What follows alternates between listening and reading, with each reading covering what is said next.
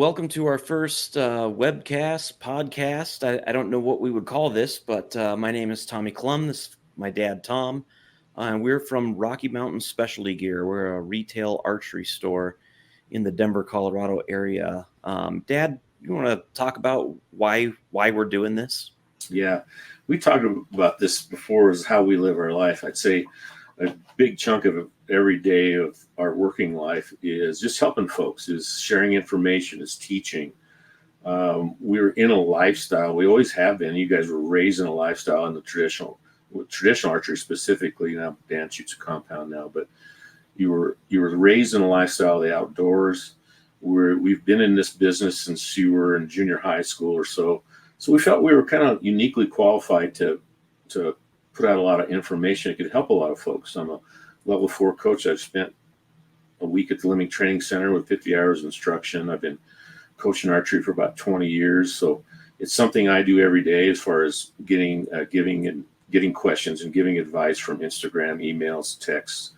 It's something I enjoy doing. I do a lot of private lessons, but mostly we share information as a part of what we do. I mean, Tommy, how much of your day you spend answering email questions? Yeah, I mean, it's a giant chunk of every day.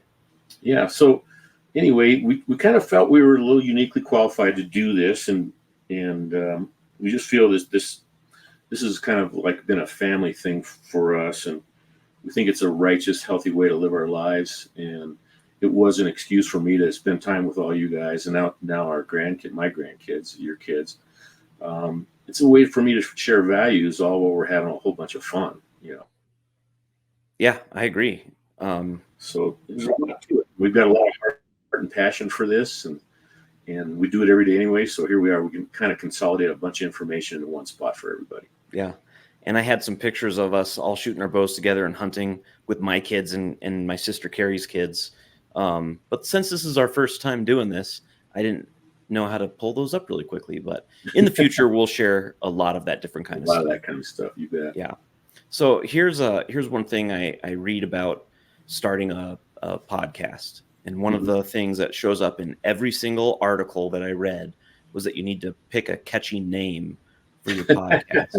And nothing comes to my mind. So do you got any suggestions for a catchy name? I don't. I think all the cool names are taken.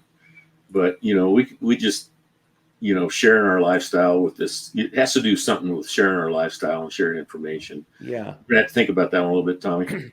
I was thinking we could do like some sort of alliteration thing, like Tom and Tommy's Trad Talk Time or something like that.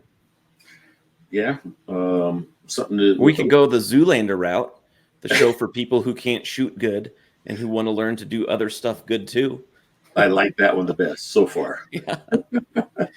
No, you had a good one about like Alcoholics Anonymous, but like Target Panic. 12-step group for archers with Target Panic. Hi, my name's Tom. I have Target Panic. It's okay, Tom. I do too. Thank you for sharing. Yeah.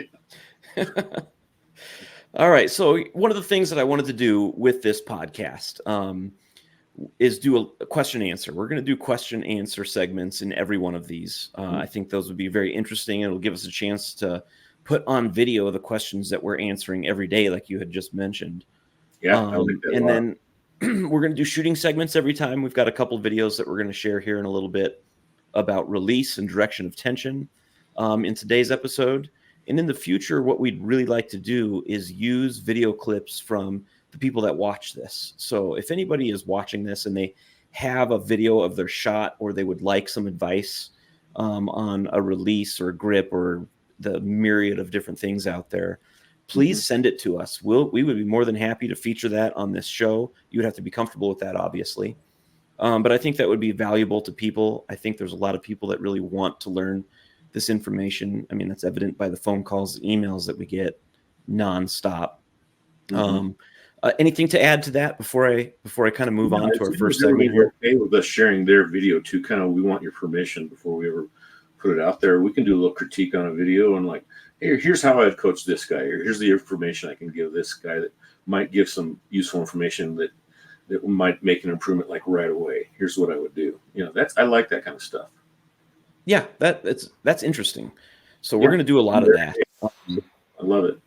because we're not marketers. This has definitely always been our weakest point. Yeah. Really involved in the business, in the people. Marketing has definitely been one of our weaknesses, like I said, but this is not a cheap ask for comments on these videos, but we want user questions. So if something pops up, throw a comment in this video. It's not like we've been doing this for long, so it's really easy to keep track of the comments that we get. So if this generates any questions, or if you have any other unrelated questions to today's episode, drop those in. I will pick the best questions for future episodes. And I think that would be kind of a fun way to do this. I've got some pre-selected today that I get all the time that we'll get to at the end. But since this is kind of our first attempt at doing something like this, I figured I would give you the chance to talk about the history of our store, what put us in this position where we think we even should have a webcast, who we are, what we do. You want to take a few 5 minutes or so and kind of talk about the history of Yeah, Rocky Mountain Gear, how you ended up in this? Yeah, I'll try to make it pretty quick. I humbly say I think we can help a lot of folks because of our long history in the sport and our education in the sport. On the marketing aspect, humility is a big value to our family. So any kind of self-promotion is very difficult for us. So it's something we do anyway, providing information like through this webcast, I guess, is our form of marketing or whatever. I think it does draw attention to our business. It's good for our business, but it's doing the right thing. And doing the right thing is kind of good for business anyway. So that's kind of our thoughts on that. Rocky Mountain Specialty Gear is a bit of an accident. I was a real estate appraiser in my former life, and I'd rented a building for my staff, which had extra room. And I was looking for something like a second business. You guys were getting ready to go to college, so I was looking for a second business to put in there. And I've perceived a niche in these high-end wool clothes and optics, and bought a resale license and hung up a sign and had this little thing where people could walk in. It morphed over time. The archery business was not something I was going to do. I didn't want to compete with the trad archery shop, Bob's Archery, across town. But guys would come in and see stuff and say, "Hey, I see you got a bunch of feathers. Can I buy some? Or would you order me this? Or can I hang this bow on the wall in consignment?" And like, sure. So as you can see, it's a pretty humble beginning, and it's been a long haul. We lost that building. The owner needed it. We had to go to retail space, which was way too expensive, and we were way under inventoried. We moved to the space that we were in prior to the one we're at now for 17 years. We were in a little hole in the wall strip retail center, 2,300, 2,200 square feet. About 10 years ago, at about the age of 60, I hung my butt out and borrowed a bunch of money, and we built some archery ranges and a retail shop, and here we are. 10 years later, it's grown into profitability for maybe the first time in pretty much the history. We've finally gotten to the black the last 2 or 3 years, and we're doing what we want to do and actually making a little bit of a living at it now. So this is our love, our passion, and it's weird to say, but it's kind of an accident. It's funny. It is kind of an accident. And in the future, I don't want to get into this today because I don't think we've got the time. But in the future, I would like to talk about the changes that we've seen in traditional archery in the last 20 years or so. Sure. Because from my perspective, I think there's been some huge changes. Monstrous change. Yeah. And, right when we moved from that small retail store into the place where we are now, the whole archery industry was really taking a dip. And we were a traditional only store at that time. Yeah. And when we moved locations, we needed to generate more income. And so we brought in compounds, and a lot of our customers did not like that. They did not appreciate that we were bringing compounds in, but it was a funny situation for us to be in because it allowed us to grow, it allowed our business to grow at a time when the archery industry was kind of struggling. It grew our own perspectives. Traditional archery businesses don't exist in retail locations for a reason. Most all the business is a smaller niche in the market, maybe between 5 and 15%, depending on the state you're in. But that business is done by mail order mostly. So how do you compete mail order? Price. So really, traditional archery equipment and accessories really don't support the profit margin that will allow a person to have a retail store. So once we upsized with the range and everything else, we certainly needed to be an all-inclusive archery shop, which we've done. And really, your brother has been shooting compound for several years now. So, he's actually morphed into a heck of a tech and an expert in that whole field. And we've gotten the right people to run that part of the business for us, and it's grown exponentially. So I came from the generation of crusty guys as far as traditional archery. All the sometimes good and sometimes bad natured joking about training wheels and not be real bows and all that crustiness. And when I was much younger, I probably had a little of that myself. I certainly don't now. I want people to do what's fun for them.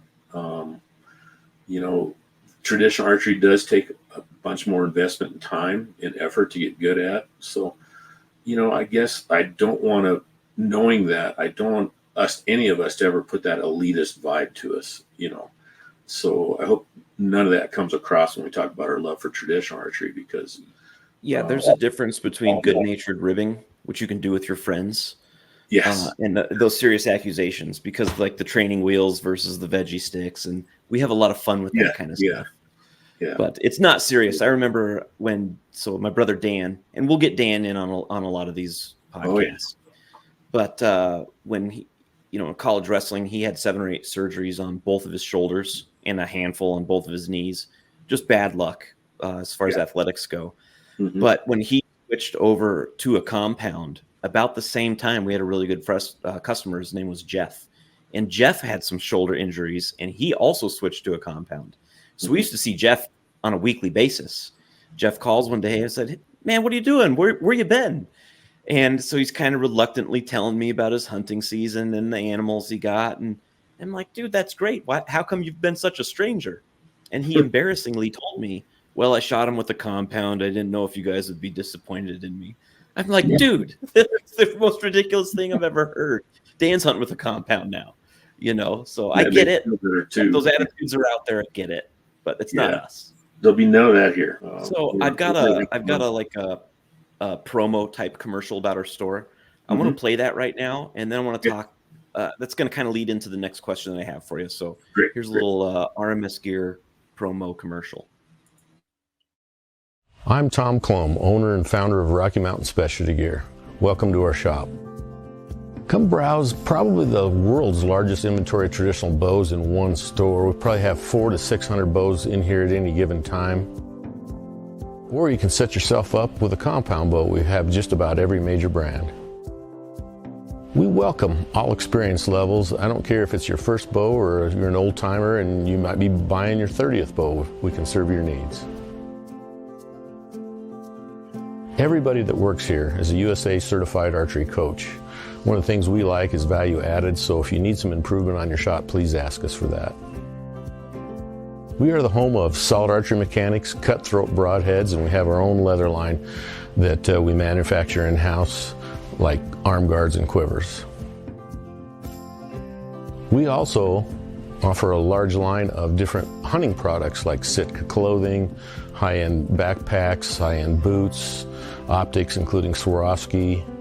We've got a great knife shop here, and we're an elite dealer for Benchmade. Come check us out in Wheat Ridge, Colorado for all of your archery and hunting needs.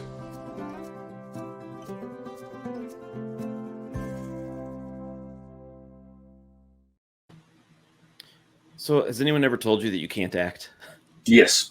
You gotta have a face for radio, but that was scripted. It's a nice little snapshot of the shop. That's why I wanted to play it. Yeah. But that thing is scripted, and I don't do well with script. You just ask me a question, let me roll, and sometimes I roll too far. But a lot more comfortable. Yeah, I could tell that would make me very uncomfortable. I can tell you're a lot comfortable.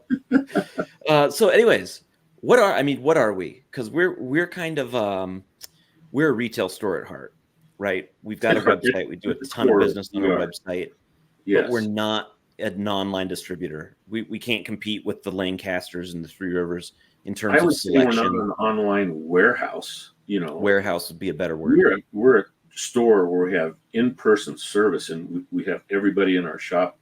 Our whole team is immersed in this lifestyle. Most of us all. So we have a giant knowledge base that's accessible from a mail order a place you can mail order your goods from. Yeah, and so in this world in 2024, it's a little bit unique, and the reason I say that is because we're trying to bridge the gap between an online business, which is important. We need it to survive. Yes. With the personalized service that you get in a retail setting. Right. And so we might talk about this a little bit later with one of the questions that I have selected for today. But that's a hard bridge to gap. It is. It's hard to do both, but I think we're doing a really good job of it so far. Yeah, and the reason I bring that up is because when people are looking to put an arrow together, they've got an arrow build, they've got a hunt coming up where they've got some specific criteria that they're trying to accomplish. Please call us. Right? We at heart, we're a retail store. We serve people. That's what we're good at. Yes. We're okay online store. I mean, we've had some growth pains, but we're building that up more and more all the time. And it's not a good representation of what we actually have at the store. But the whole reason I'm saying all this is because I want to encourage people to pick up the phone and call us or shoot off an email with any questions whatsoever. That's what we're good at, and it's really what we do. A personal experience. You'll get to know us, get to know us as friends. I went to ETAR, Tommy, several years ago when you were answering the phone all the time. And I couldn't walk 50 yards with saying, "Are you Tommy's dad?" And man, Tommy and I have become friends over the phone. And, I love that kid. And I get so many compliments about the service you gave him. But hopefully that, people are starting to feel that about all of us. Yeah. It's what we do. So, we'd like to mail. If you don't live close to the store, we'll certainly like to do business with you, but treat us like we're around the corner, and we'll treat you the same way. We like that. Yeah, that's really what we're looking for. Yeah. So you'd mentioned real briefly, and it came up in that little commercial real briefly, solid archery mechanics and cutthroat broadheads. These are two kind of spin-offs that we never really planned on. You want to give a quick intro into how solid archery kind of came into being, and then if we've got some time, maybe we'll touch on cutthroats for a minute. Yeah, Joel Turner of Shot IQ has become a good friend of mine. We met because I called him up out of the blue. I'd heard about him through Larry Hannafy of A&H Bows, and said this guy'd be a good guy to get in as a clinic. Called him up out of the blue, didn't know him from Adam, said, "Hey, I got an archery shop in the Denver area. Would you like to come down and do a clinic?" "Well, sure, Tom. What's And so I asked him what he needed for a number of students and price and all that. And we worked that out, and he flew in. Brought him to the house. He spent a couple nights with us. We did 2 days of clinics, and he flew home. So, but during that long weekend, we kind of got a really good rapport and became somewhat friends. So anyways, I had a chance, or got an invitation to do a shooting clinic at the Pope and Young convention in Phoenix. And I was really reluctant to do it. I actually told him no first. It's before I'd done any public speaking. And the guy convinced me that since I was in the business and since I was a decent coach, that I should pull up my big boy pants and do something like this. And so I was kind of, he was a good friend and had me do this. It's really been helpful to me and what we do. But he said, "You can bring anybody you want, any of your staff." And I said, "Anybody?" I said, "Yeah." So I called Joel up and said, "Joe, you want to go do a shooting clinic with me at the Pope and Young convention?" Well, that started a long-term friendship between me and Joel, and a long-term thing where we coached together a lot. He flew to Denver. We drove to Phoenix with Buddy Gould, our friend who makes poison dart bows. We had a 13-hour drive there and back. We spent all that time at the convention together and really solidified a good friendship. And then since then, we've done clinics together all over the country, here or there. We've done other Pope and Young conventions. We've done immersion clinics in Texas, combined with hog hunts and all that. But anyways, all that leads up to the point that Joel had an online class. And after we taught together, he said, "Tom, this information needs to be out there." He said, "I'll help you. I'll use my film guy." He says, "You come out in May, book some tickets." This was like February. "And we're going to film a course because this is needed out there, and it'll give you some extra income. I know you need that too." Well, that was a pretty big offer, and I'm not one to take advantage of people, so I didn't book the flights. But he called me like 2 weeks in advance, says, "Hey, what day are you going to be in?" I said, "Joel, I never." He said, "Well, doggone it, I meant it. Get your butt out here." That's how it started. I booked some tickets, went out there, we filmed one.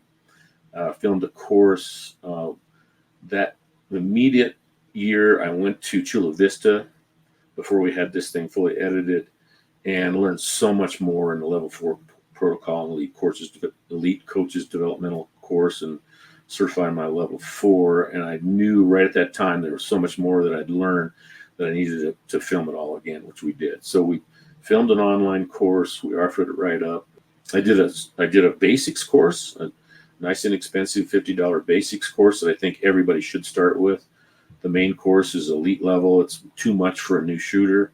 We've done an advanced course now. It talks about the more advanced concepts of how we shoot without a clicker or trigger, which most guys want to do. So that's our online repertoire.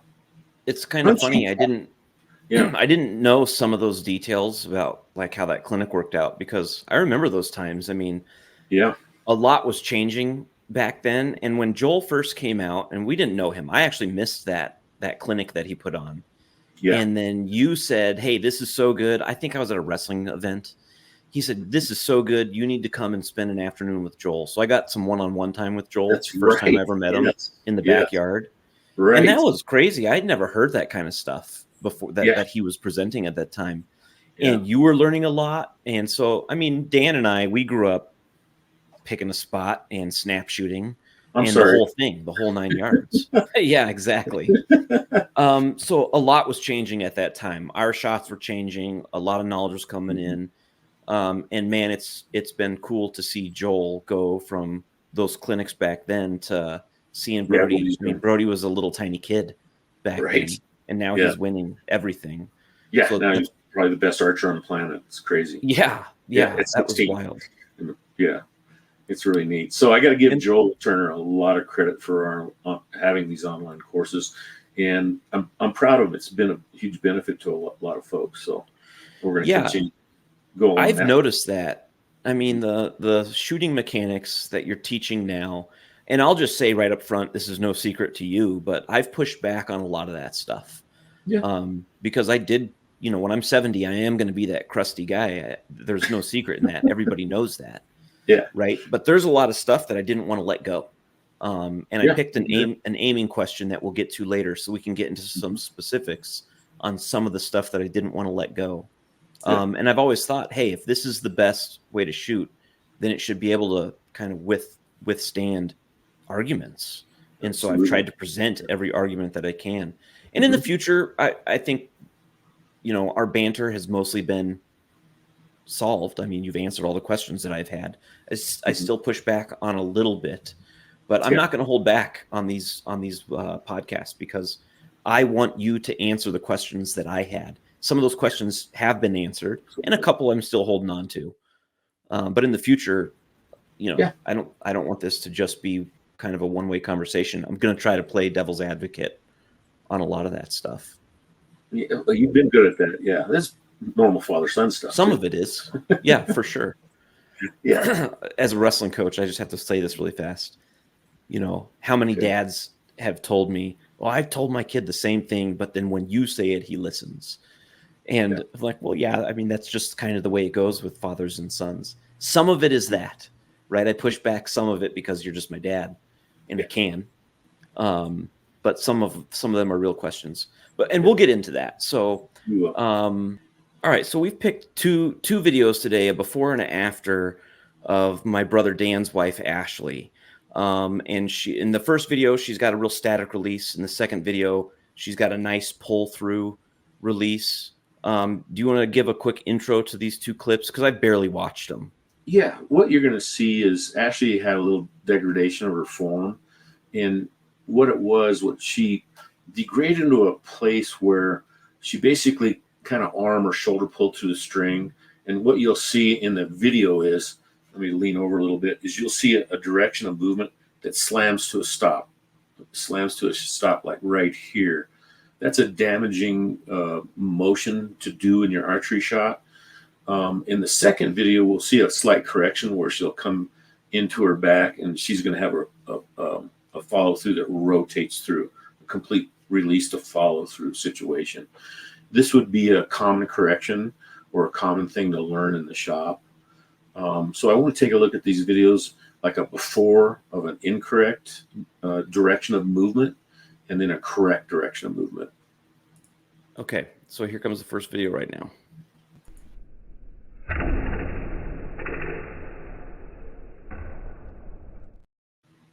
Play that one more time, and what you'll notice is the whole the movement's only going to be about 3 inches long, so the whole forearm is going to travel right in the direction it's pointed, and it's going to just slam to a stop. So play it one more time. So kind of watch the whole forearm, and you'll watch it move about 3 inches and slam to a stop.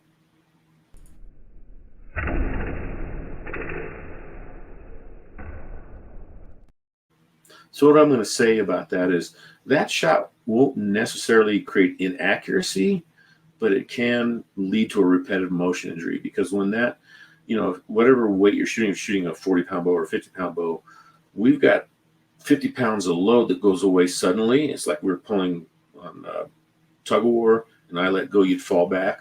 Well, that whole forearm falls back in the direction that it's being moved towards, and bam, it slams to a stop after 40 or 50 pounds of tension. What it's going to do is cause an impingement in your shoulder that I won't get into right now because it's like deep data. But that's one of the leading causes of repetitive motion injuries in archery. So that's the one we want to avoid. Let's show a correct direction of movement, what we call direction of tension or direction of movement, on this next video. What you'll see is her elbow will rotate through. We'll watch it a couple times. I'll have a comment in between each video. Okay, here's that one.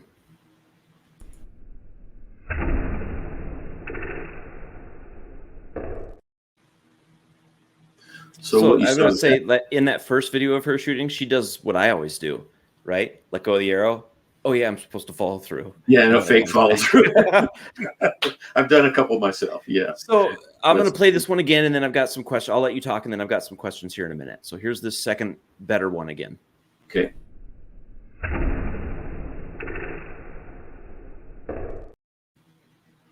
Okay, so on the first one, you saw the forearm move like it was on a rail. It never changed angles.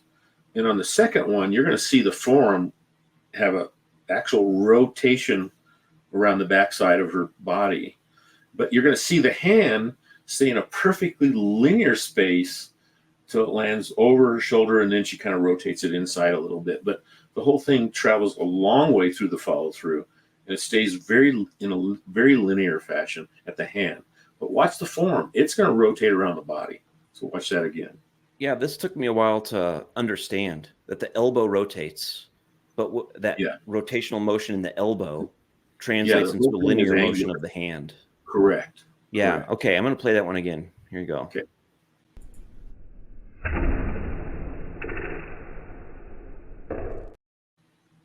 Yeah, it slides right along the face. Does it need to go behind the head? No, it doesn't. That's kind of extracurricular activity. Doesn't help, doesn't hurt. It's a little bit of biceps engagement at the end. It gets kind of pulled back here. No problem at all. Ashley in particular has a very downward slash to her elbow. A lot of that is to do with how we're built, how our muscles engage with the structures.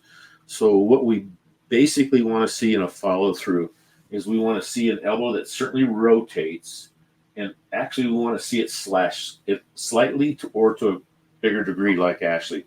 But the key things are the hand stays linear, and then the elbow is rotational. We don't want a high rotation. We want a slightly, or in Ashley's case, a drastically slashing elbow. That's dependent on our body and how we're put together as far as what we see. But in those cases, we get no slamming to a stop. We get no impingement of these structures in here. To be fancy about it, it's an impingement between the head of the humerus and the acromion process for all the physiology folks out there. But it's a real specific injury, and I won't go into depth here for the purpose of this. If people want more information, sure, let us know. And we will post a video of how we coach this, the difference between driving those two finishes. Yeah, and I can link to that video. In the future, I will have this linked. If you watch this right away, obviously we don't have that created yet. Right.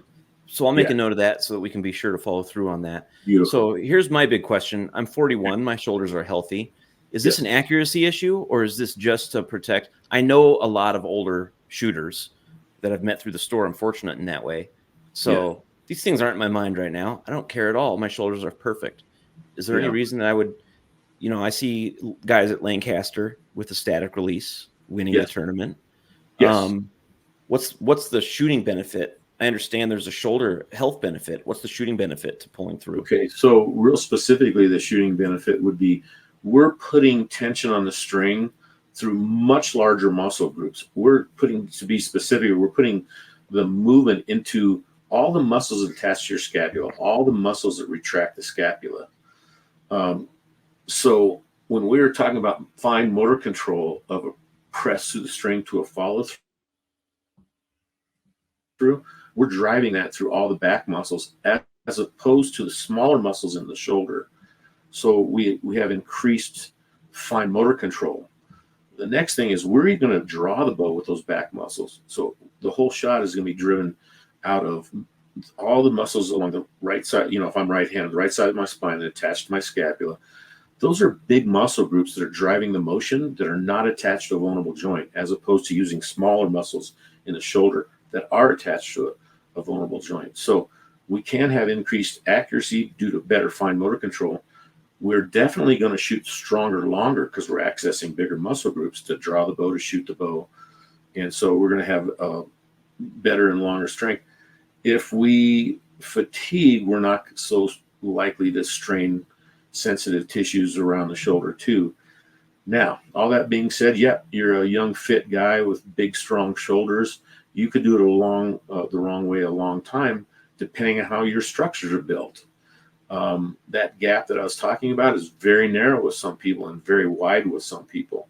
Guys can get away with most of a lifetime of shooting with that motion that slams to a stop because they've got so much muscle around their shoulder, and maybe that gap that we're talking about is pretty big. But the next person can have the same musculature, have a narrow gap, and be in trouble with that motion within 2 weeks. We had that happen at an immersion clinic, and I think it's worth telling the story. Joel and I were doing an immersion clinic in Texas, and the guy came down there and said, "Man, I hurt my shoulder shooting. It's super sore. But I spent all this money to come, so I'm going to sit and watch the clinic anyway. I can't shoot my bow. I can't hunt." And so I started asking him questions. Where's the pain? He showed me.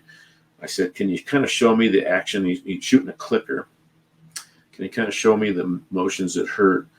Well, I reviewed the shot with a stretch band. He shot the stretch band and he went, "Ouch." I said, "Okay, I got what's going on. In your desire to get to the clicker, you've converted from what you should have learned through pressing through back tension to a shoulder pull. And so once you pulled through the clicker, you were slamming to a stop. So I said, let's drop the clicker. Let's learn this direction of tension and direction of movement correctly." I'm not kidding. Within 15 minutes, just moving slow through the ranges of motion, so that he could do it. And we put him on a stretch band, and he shot that stretch band and said, "Wow, that didn't hurt." We put him on a light bow that a fella had, and wow, that didn't hurt. We brought him to his bow and said, "Forget about trying to pull that clicker because you're going to do it wrong again." And he ran through the shot, bam, wow, that didn't hurt. Once we stopped slamming into that impingement, he shot his bow for the rest of the 3 or 4 days, whatever that clinic was, and had no pain. It was immediate. It was an immediate. I don't think I ever heard that story. Yeah. It was really cool because obviously he didn't dive too deep into a serious injury, but once we got him to quit impinging that gap right there, he could shoot, and he shot the whole week with us. It was awesome. So that guy, no doubt, in his way he was structurally built, took him 2 weeks to get so sore he couldn't slam into it one more time without a lot of pain, even with a stretch band. Fortunately, we caught him also before we got into chronic inflammation.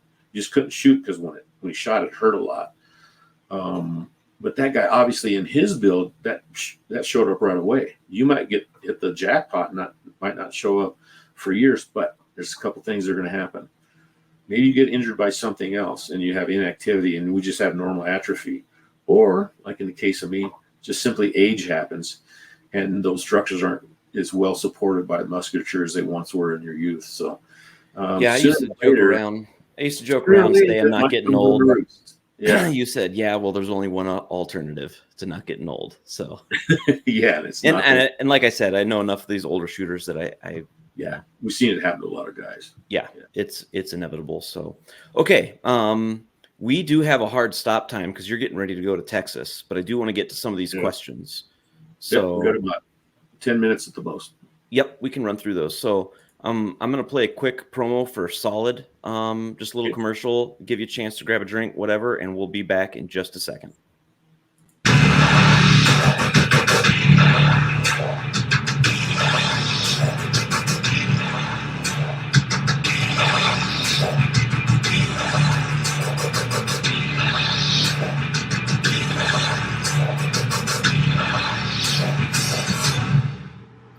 Is that good or?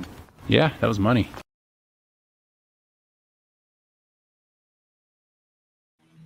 So I do want to say something too before we move on.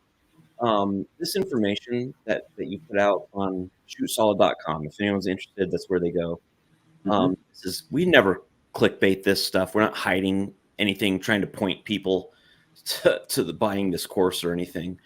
I've mentioned this to you. I think you probably said this too. If somebody wanted to go watch every podcast you've ever done, they could probably piece together most of that course with all the stuff that you've said in public. Yeah, probably. The benefit of the course is that it's all in an organized place, taught systematically, where people can go through and learn it all.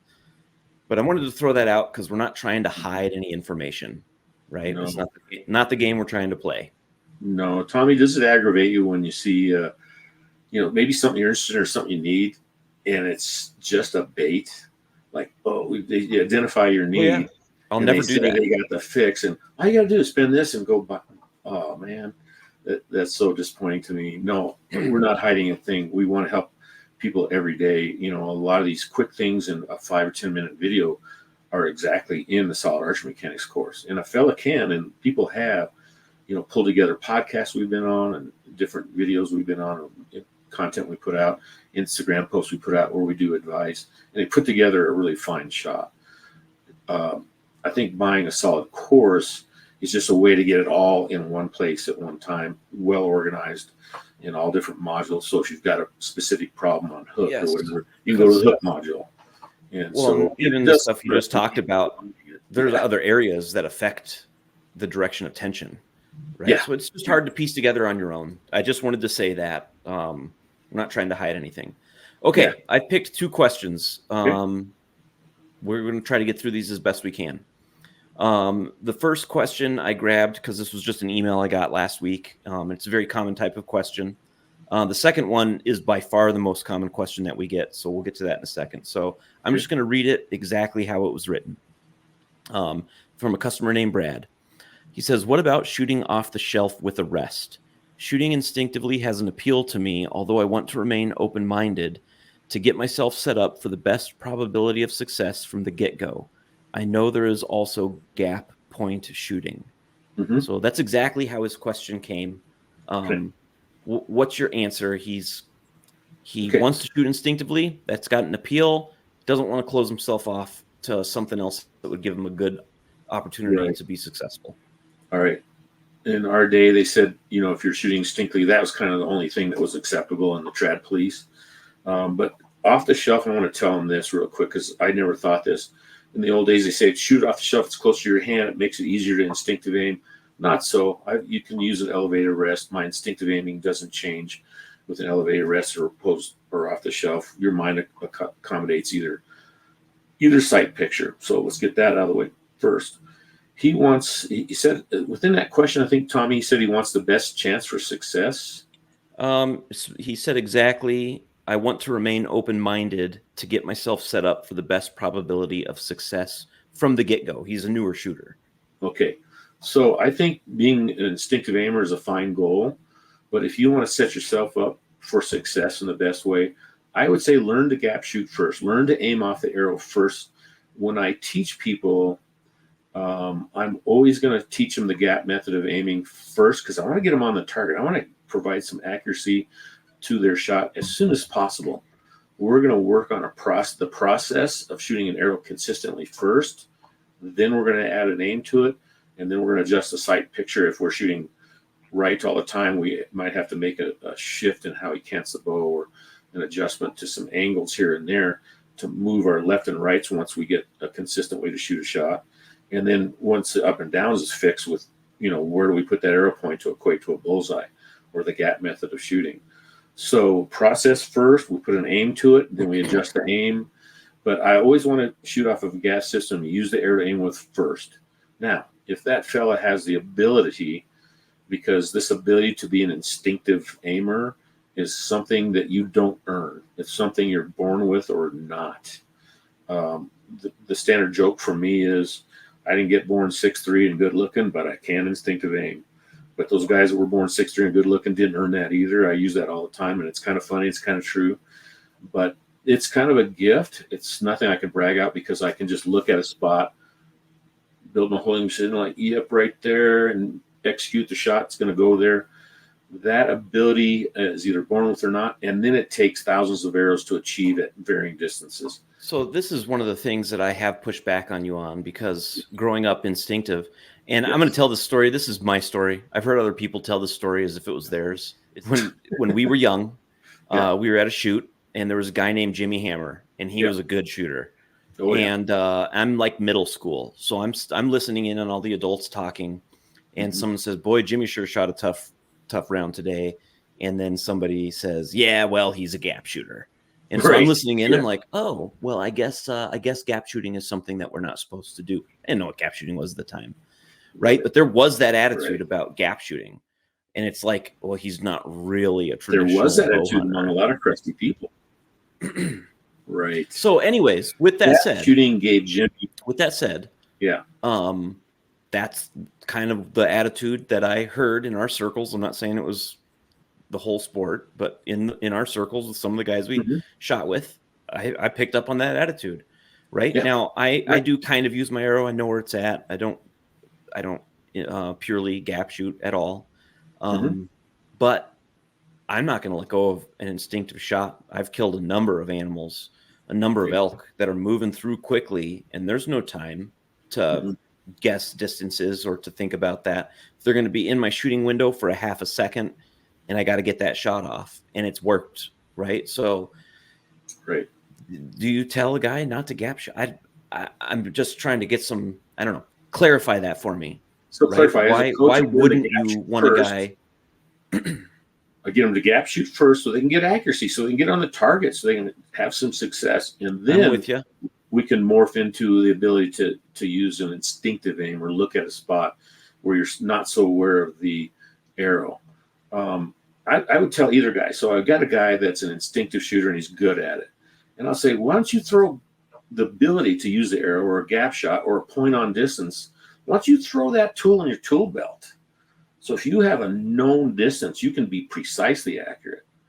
And to the guy that only gap shoots, I say, why don't you try shooting a little bit, just look at a spot and see if you have the ability to hit something without having to estimate the range, remember your gap, and place that arrow. Why don't you add that to your tool belt? I'm totally with you on that. And I will say to anyone listening to this, I can gap pretty good at like 30, and I'm not that tough of an instinctive shot at 30. And then it has revolutionized my shooting. I wouldn't pretend that it didn't. And I do think that it's a really good idea to have a gap in your toolkit that you can pull out every once in a while. And part of it was because I just couldn't shoot consistently enough to gap, right? So part of my old attitude. Yeah, I want to make that point. There is no way an instinctive shooter can match the accuracy of somebody using a single pin sight, the arrow out there at a known distance.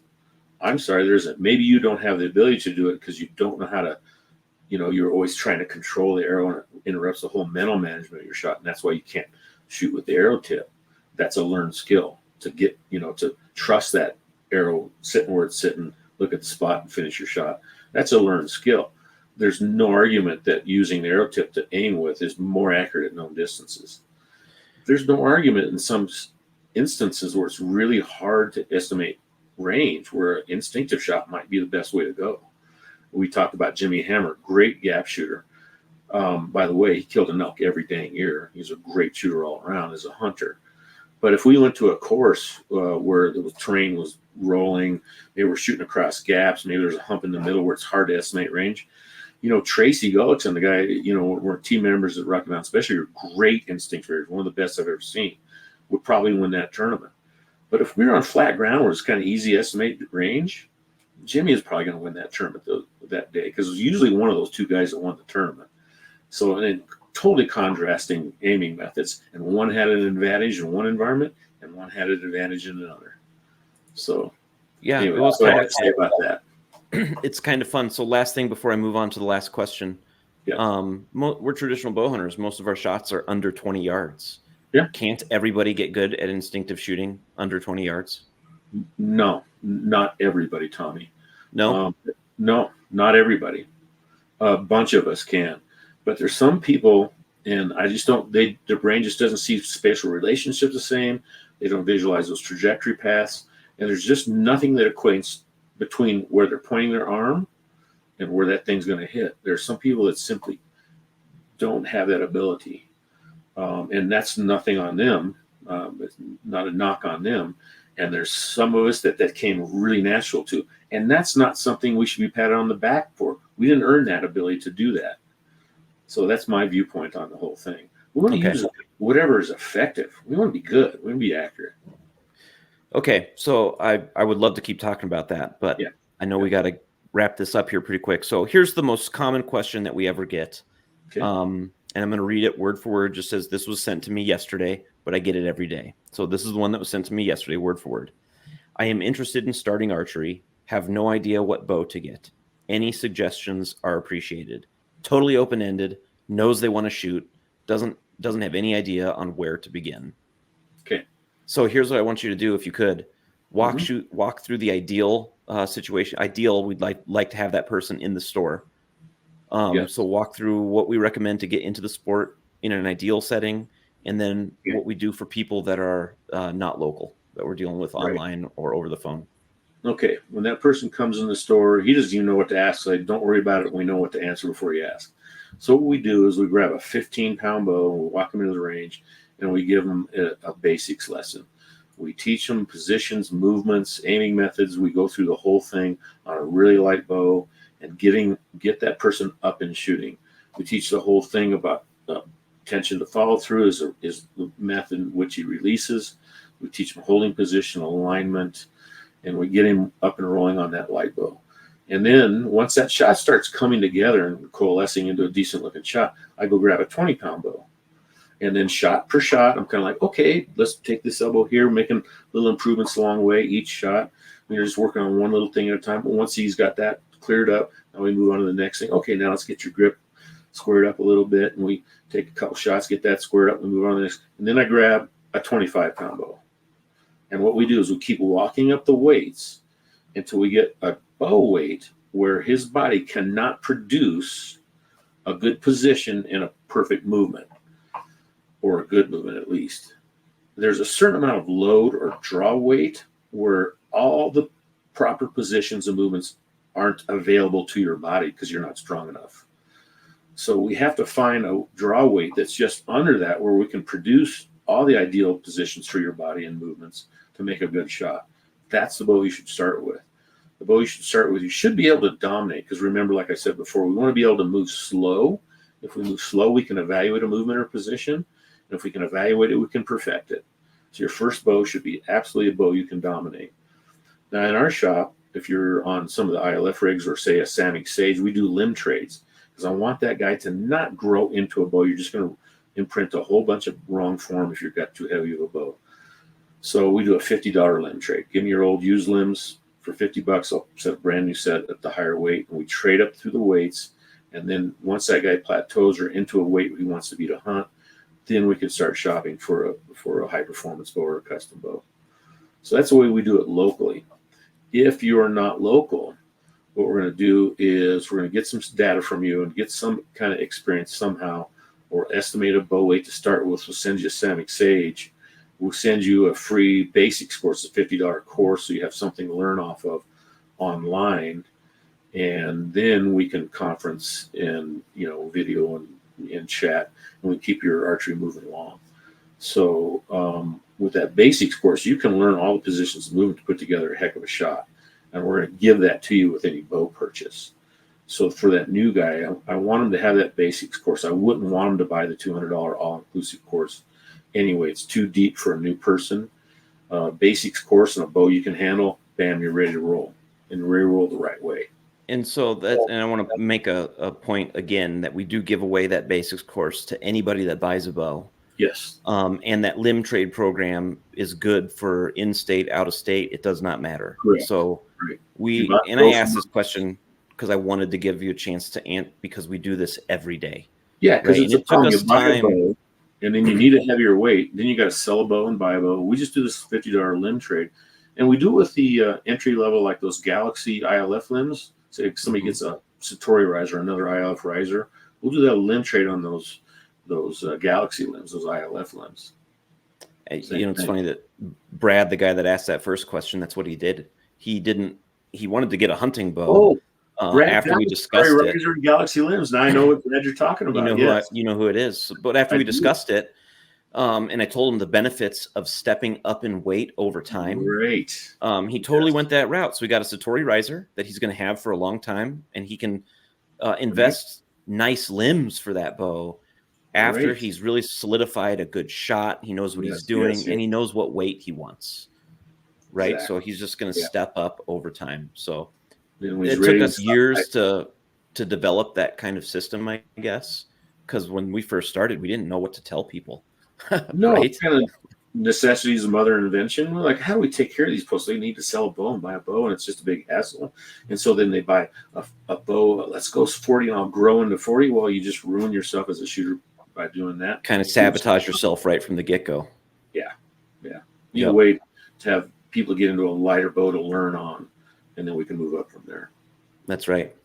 So anyways, with all that said, if that's you and you want to get into this sport, we do have this system. It has worked really well for hundreds, thousands of people that we've done this with great success. So please feel free to reach out to us, pick up the phone, shoot us an email. I answer every email that we get. And we try to do that in a timely manner. It's hard in the hunting seasons, but right now we're slow. So anyways, don't hesitate. Pick up the phone or shoot us an email. We want people to get into this sport. We will give away all of the information that we have. No obligation to buy from us. This is our passion, and we want to share it with other people. Anything else that you'd like to add? Yeah, I think that's a good start to kind of give a taste of it. I think we're going to do bigger and better stuff as we get better at this, Tommy. Yeah, we'll get better at this. This is links with instructions. We'll get to do a lot of cool stuff with this in the future. Yep. Okay. Well, I'm gonna. I've got one more video of those too. We never talked about cutthroat broadheads. We'll save that for another time. But I've got a quick cutthroat video I'm going to play. And good luck on your hunt in Texas. Thanks for listening. I hope this was helpful to some of you. Thank you.